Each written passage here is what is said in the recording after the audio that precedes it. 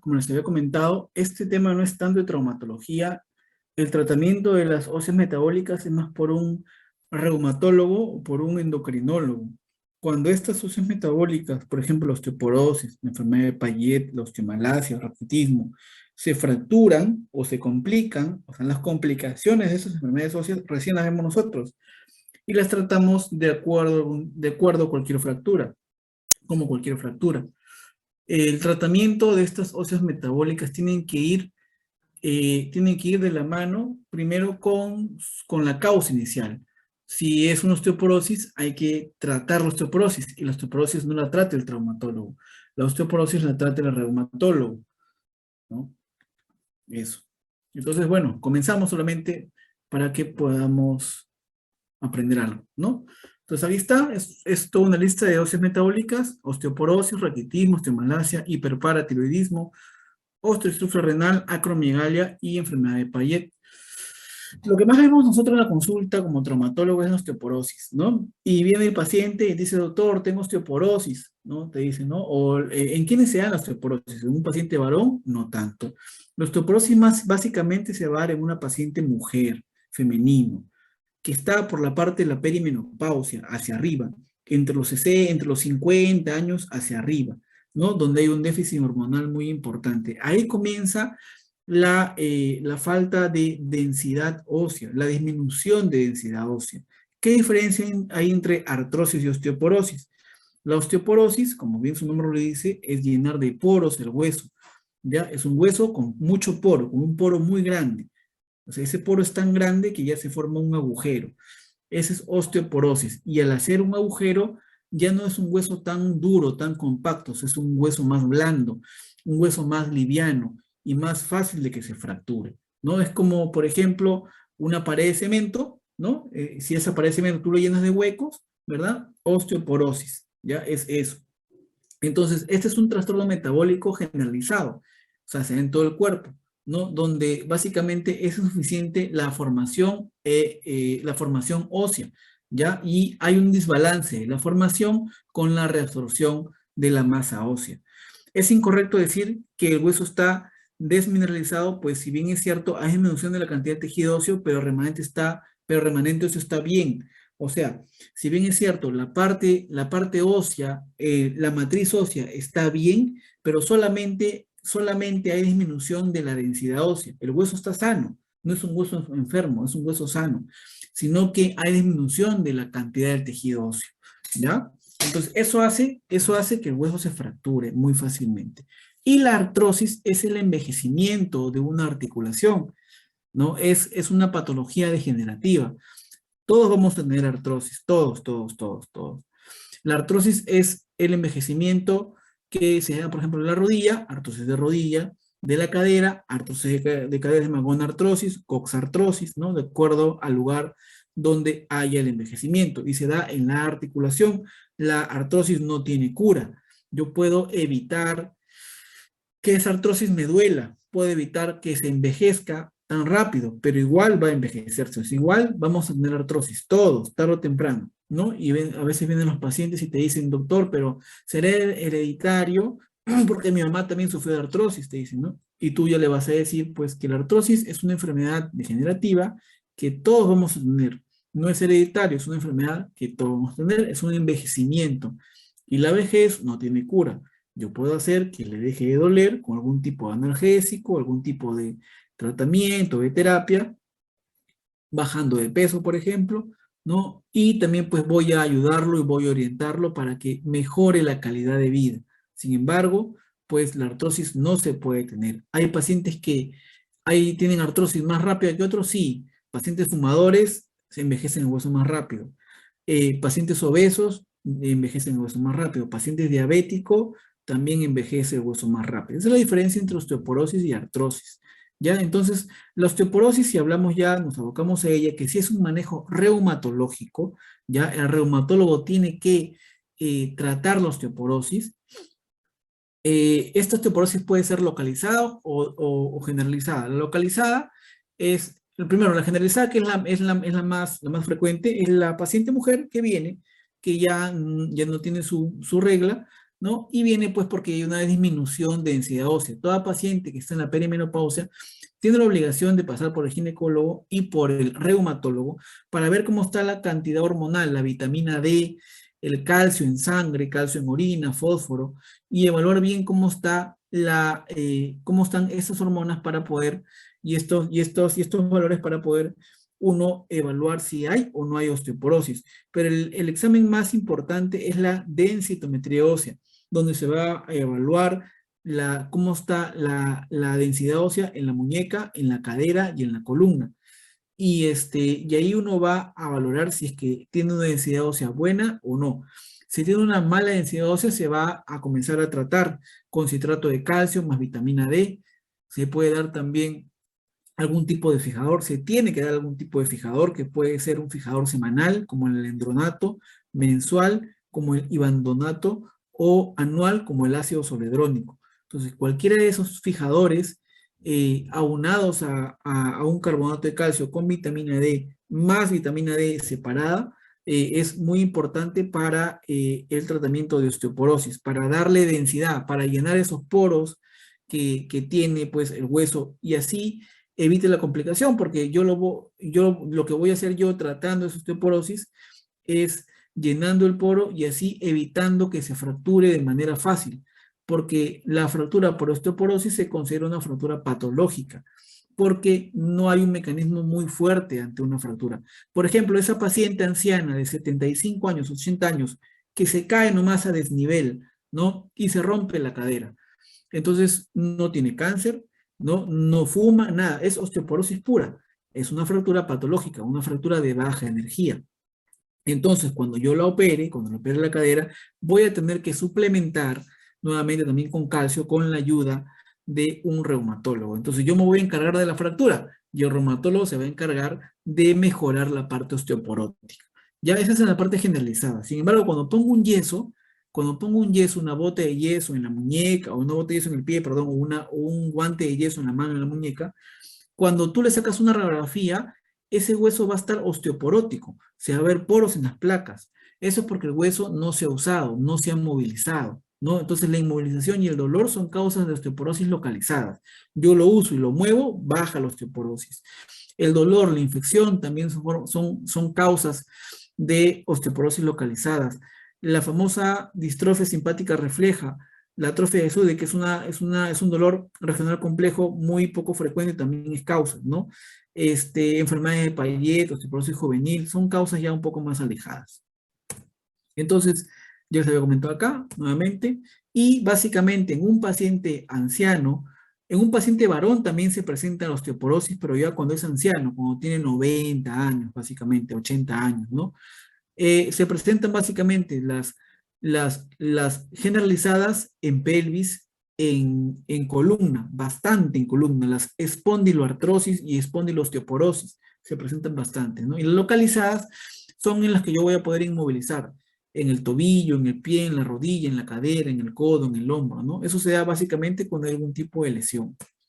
Entonces, la osteoporosis difuso generalizada, las características radiográficas son básicamente una disminución de la cortical, una disminución del número y grosor de trabéculas.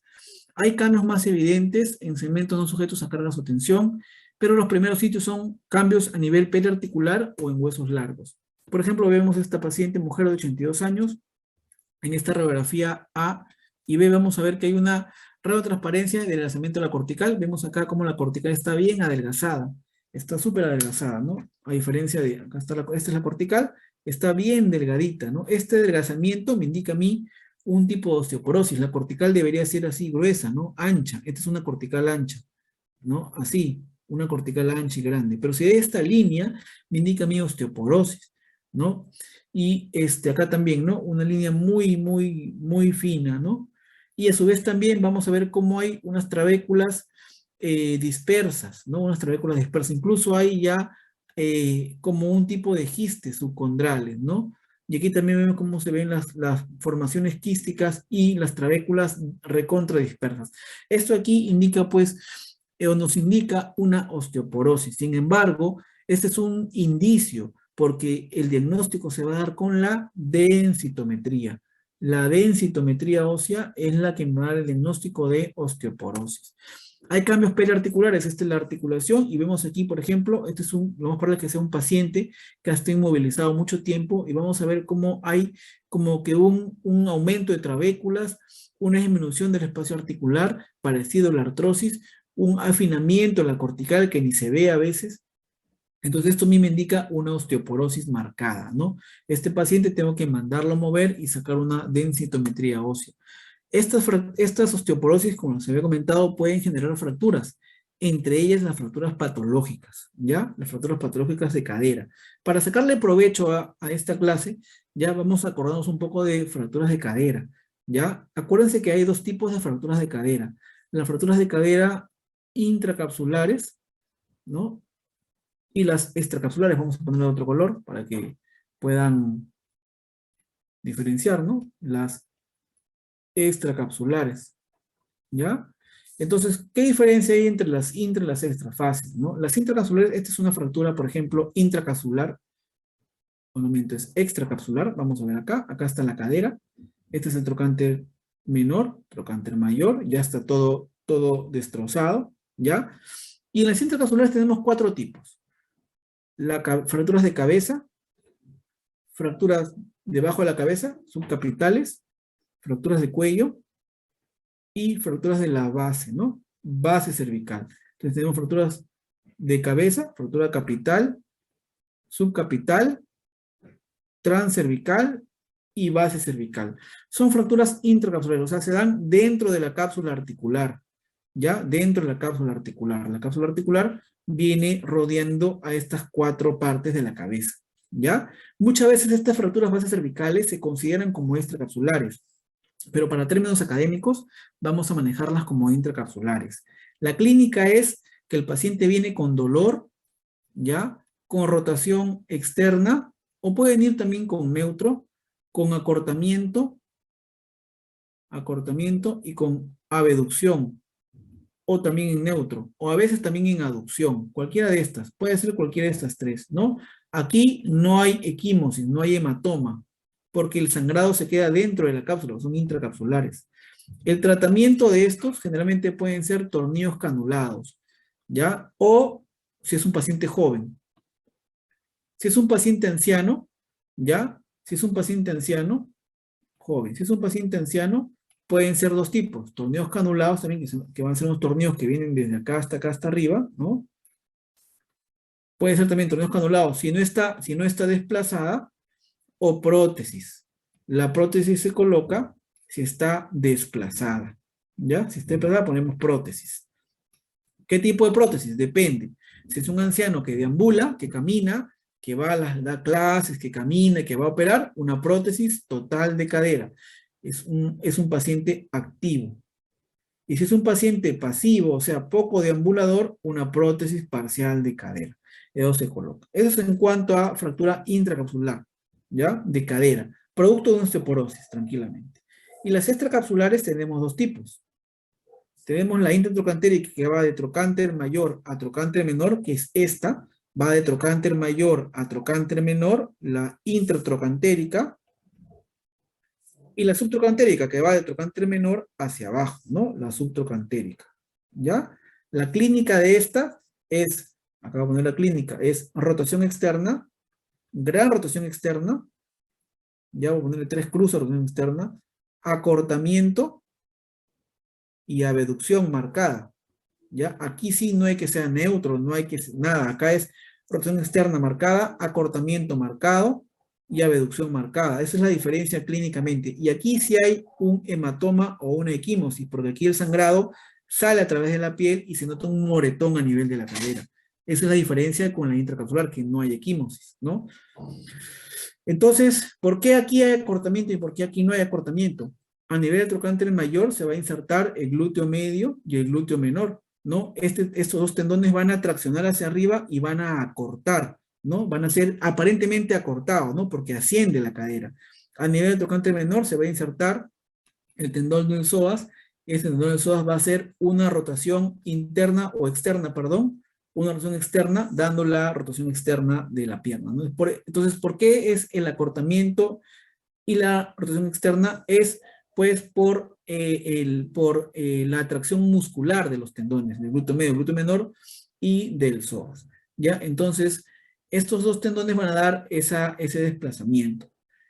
Ahora, para tratar una fractura intratrocantérica va a depender también si es una fractura intratrocantérica estable o inestable. Las fracturas estables se tratan con una placa tubo de HS, que es una placa que viene por acá. Voy a ponerla de color negro. Una placa que viene aquí, una placa que viene así, y luego se coloca un tornillo hasta acá. Es la placa de HS, ¿no? Con tornillos aquí. Esto se da cuando es una fractura estable, intratrocantérica estable. ¿Y cuándo es estable? Cuando tiene, por ejemplo, el cálcar bien, el cálcar ok, por ejemplo, aquí está, acá no está, acá el cálcar está mal, este es el cálcar, ¿no? Acá está el cálcar, ya está, ya hubo una evolución del trocánter menor, por ende ya se afectó el cálcar. Cuando es una fractura conminuta de la pared lateral, ya, conminución de la pared lateral, si es una fractura que no es conminuta, está bien, y cuando es un trazo normal, como en este de aquí, ¿no? Cuando es un trazo ok, un trazo no reverso, diríamos, ¿no? Porque si es un trazo reverso que va de la pared lateral a la pared medial, se dice que es un trazo reverso. Ahí sí se dice que es inestable. Entonces, ¿qué es lo inestable? Lo contrario. Lo inestable es que hay una afectación del cálcar afectado, ¿no? Como en este caso. Hay una conminución de la pared lateral, conminuto, esto de aquí, y hay un trazo reverso. Es decir, viene de la pared lateral hacia la pared medial, no al revés, de la pared medial hacia arriba. Entonces, aquí uno va a colocar, no un DHS, va a colocar acá un clavo cefalomedular. El clavo cefalomedular, con el amarillo, es un clavo que viene aquí, por adentro, ¿ya? Y va a ir otra vez hacia la cabeza, ¿no? Entonces, cuando es una fractura intratrocantérica inestable, yo voy a colocar un clavo cefalomedular, que es un tutor intramedular, y si es una fractura de cadera estable, voy a colocar un DHS, que es un tutor extramedular, ¿ya? Entonces, la fractura de cadera se pueden tratar de diferentes tipos, ¿no? Ahora, las fracturas subtrocantéricas siempre son inestables, o sea, siempre se van a tratar con clavo cefalomedular. Entonces, en realidad, yo como traumatólogo me dedico a esto, no a tratar osteoporosis. Por ende, esta clase han tenido que ponérsela a un reumatólogo, ¿no? Entonces, ya hemos hablado con los coordinadores.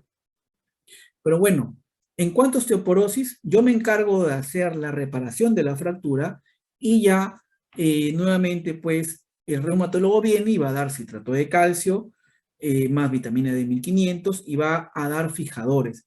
Y el fijador, como les había comentado, puede ser semanal, puede ser mensual o puede ser anual y va a depender de muchos factores. Uno, si tiene osteoporosis en columna. Otro, si por ejemplo tiene una creatinina elevada, un daño renal, ¿no? Entonces yo puedo dar un fijador endovenoso si tengo, por ejemplo, un buen patrón renal conservado. Puedo dar un fijador endovenoso, ¿no? Y puedo también darle su citrato de calcio, puedo darle pues algún tipo de insaponificable de paltisoya, cualquier cosa que me pueda ayudar al aumento de porosidad de la cadera y puede evitar cualquier cirugía, ¿no? Entonces, la osteoporosis difusa, como les había comentado, pues hay que analizar siempre el patrón trabecular. Básicamente, en el fémur es el que nosotros como traumatólogos más le tenemos respeto porque puede producir ese tipo de fracturas de cadera, ¿no? Hay varios índices, uno de ellos es el índice de Singh, en el cual vamos a evaluar la arquitectura de la trabécula del fémur proximal y va a haber varios grupos principales y secundarios de tensión y compresión. Entonces, eso me va a predecir en realidad cómo es la pérdida trabecular del fémur, ¿no? Y vamos a predecirla y estadificarla. Por ejemplo, aquí tenemos al grupo principal de compresión, que es este de acá, ¿no? Que son estas líneas de acá, que se van de la cortical medial hacia el cuello femoral. Es el grupo principal de compresión, 1.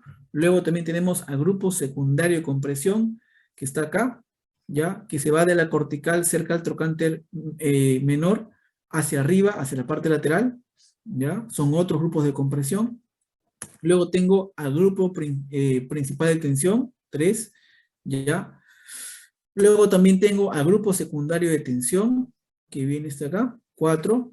Luego tengo pues al grupo de trocánter mayor, ¿no? 5.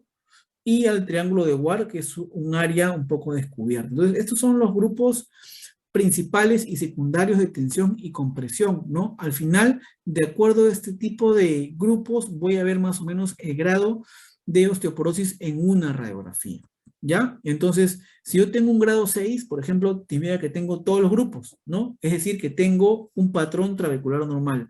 Y si tengo un grado 1, significa que tengo muy pocos grupos. Solamente tendría el grupo principal de compresión, que es el grupo más resistente, y por ende es un grado más avanzado de una osteoporosis y puede producir una fractura de cadera. Eso hay que evaluarlo siempre en una radiografía. Sin embargo, pues son patrones indirectos. Lo mejor es una densitometría ósea. Luego, ante la osteoporosis difusa, siempre hay que evaluar la columna. La columna vamos a evaluar siempre pues el esqueleto axial, que es la columna, y hay que ver pues si se acompaña con artrosis, si hay disminución de la altura, ¿no? Esta es la altura, esta es una vértebra, ¿verdad? Esta es otra vértebra.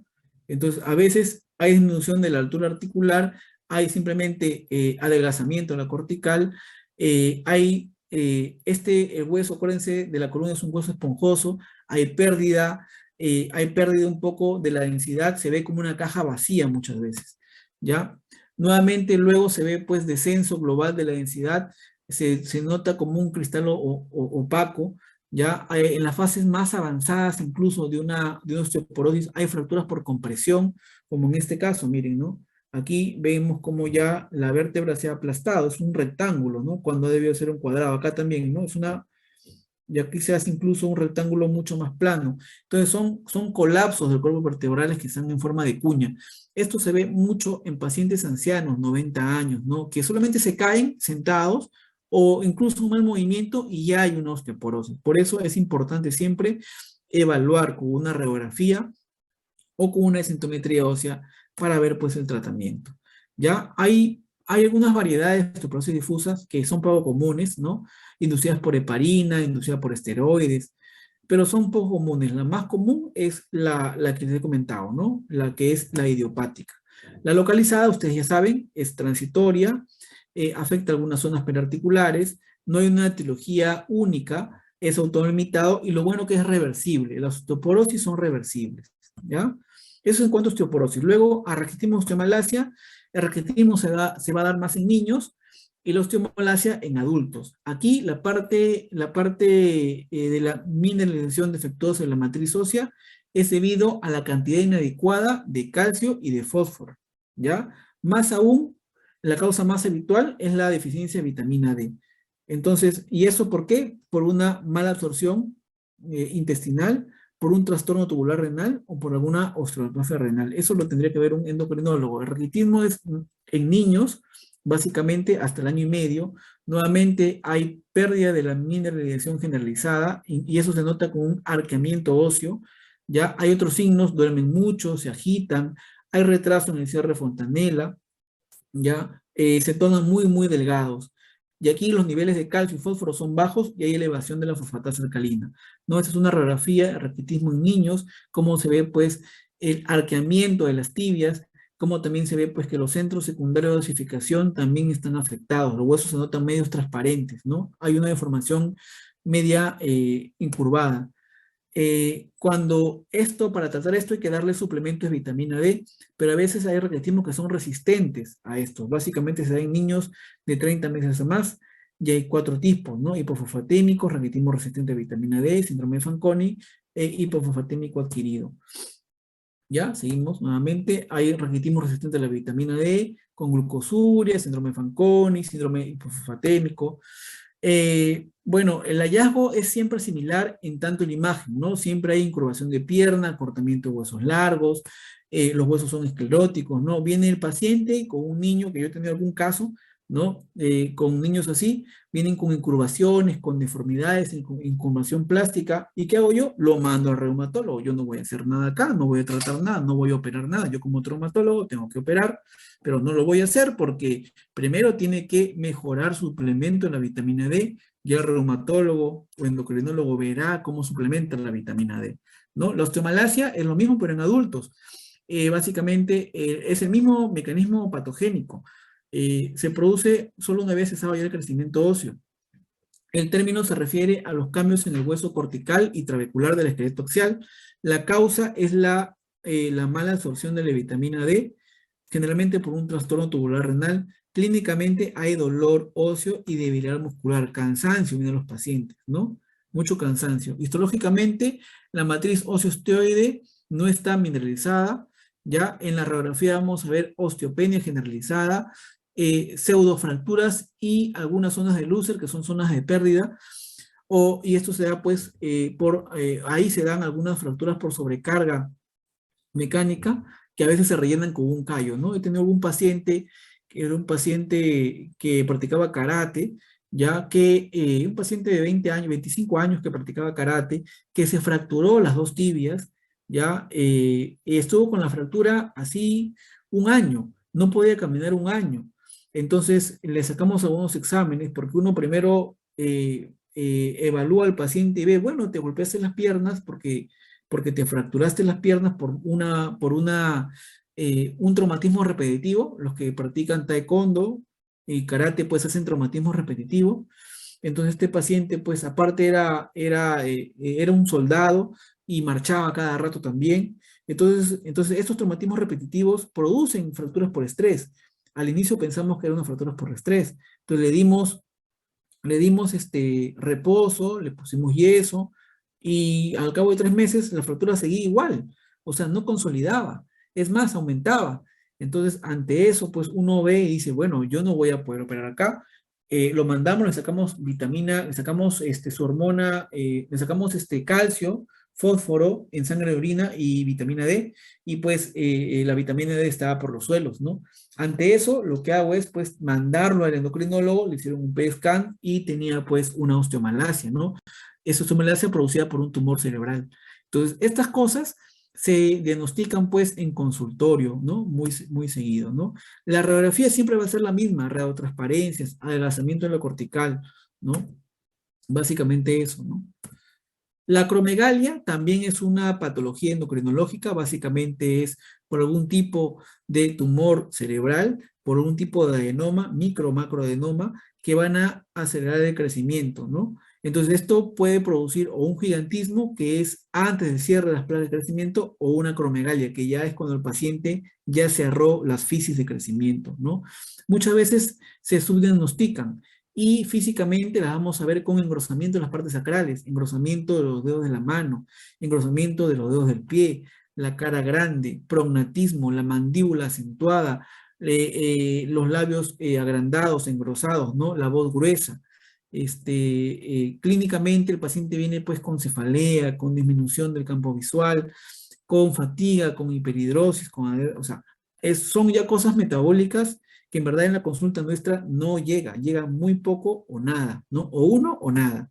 Entonces, estos pacientes, nosotros tenemos que, de frente, como especialistas, referirlo de todas maneras. Las complicaciones, pues, toda complicación metabólica que pueda haber, aquí ya el paciente tendría que ir al endocrinólogo y estudiar la causa. Una vez que encuentran la causa, o sea, una vez que diagnostican, recién dan el tratamiento, ¿no? Acuérdense ustedes cuando sean médicos, uno para saber tratar a un paciente tengo que diagnosticar.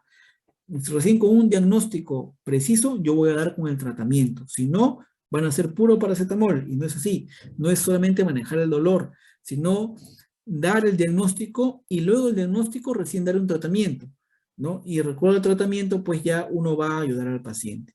¿Ya? En las radiografías, básicamente en esta acromegalia va a haber engrosamiento de los huesos craneales, va a haber pues aumento de la silla turca, aumento de la parte mandibular, la famosa mandíbula prognata. Las radiografías de manos van a ser unos manos muy grandes, los falanges muy grandes, los metacarpos muy grandes, los espacios articulares incrementados, las partes blandas, que son estas, Esta es la parte blanda, ¿ven? Esta parte blanda también incrementada, hipertrofiada, ¿no? Muy hipertrofiada. Eso me indica a mí, pues, un sobrecrecimiento óseo. Ya es una falange muy grande, ¿no? En una radiografía de pie, por ejemplo, vamos a ver el grosor de la almohadilla del talón, ¿no? Lo normal es en un paciente de 70 kilos, menos 22, en un paciente de 90 kilos hasta 24, en los pacientes con acromegalia son mucho más gruesos, ¿no? La columna también va a haber, pues, un incremento del diámetro anteroposterior del cuerpo vertebral. Van a ser, pues, mucho más grosero y a su vez más fácil de diagnosticar, ¿ya? Y por último, la enfermedad de Payet, pues una enfermedad focalizada del hueso, es una enfermedad que se caracteriza por una anomalía en la remodelación ósea, afecta básicamente a paciente adulto mayor, ¿ya? Y muchos de estos pacientes van a tener antecedentes familiares. Hay alguna forma juvenil, pero es poco común. Tiene fases, ¿no? Tiene una fase inicial, una fase mixta y una fase crónica. Muchas veces estas fases pueden llegar a coincidir, es decir, puede haber una fase inicial con fase mixta a la vez, ¿no? Entonces, estas fases se van a notar muchas veces en la radiografía, ¿ya? El cuadro clínico va a depender de la extensión de la enfermedad. Generalmente se van a notar en las radiografías de PBS y columna algún tipo de disminución de la densidad ósea, como una osteoporosis, y si sacamos exámenes de laboratorio, la fosfatasa alcalina va a estar elevada, ¿ya?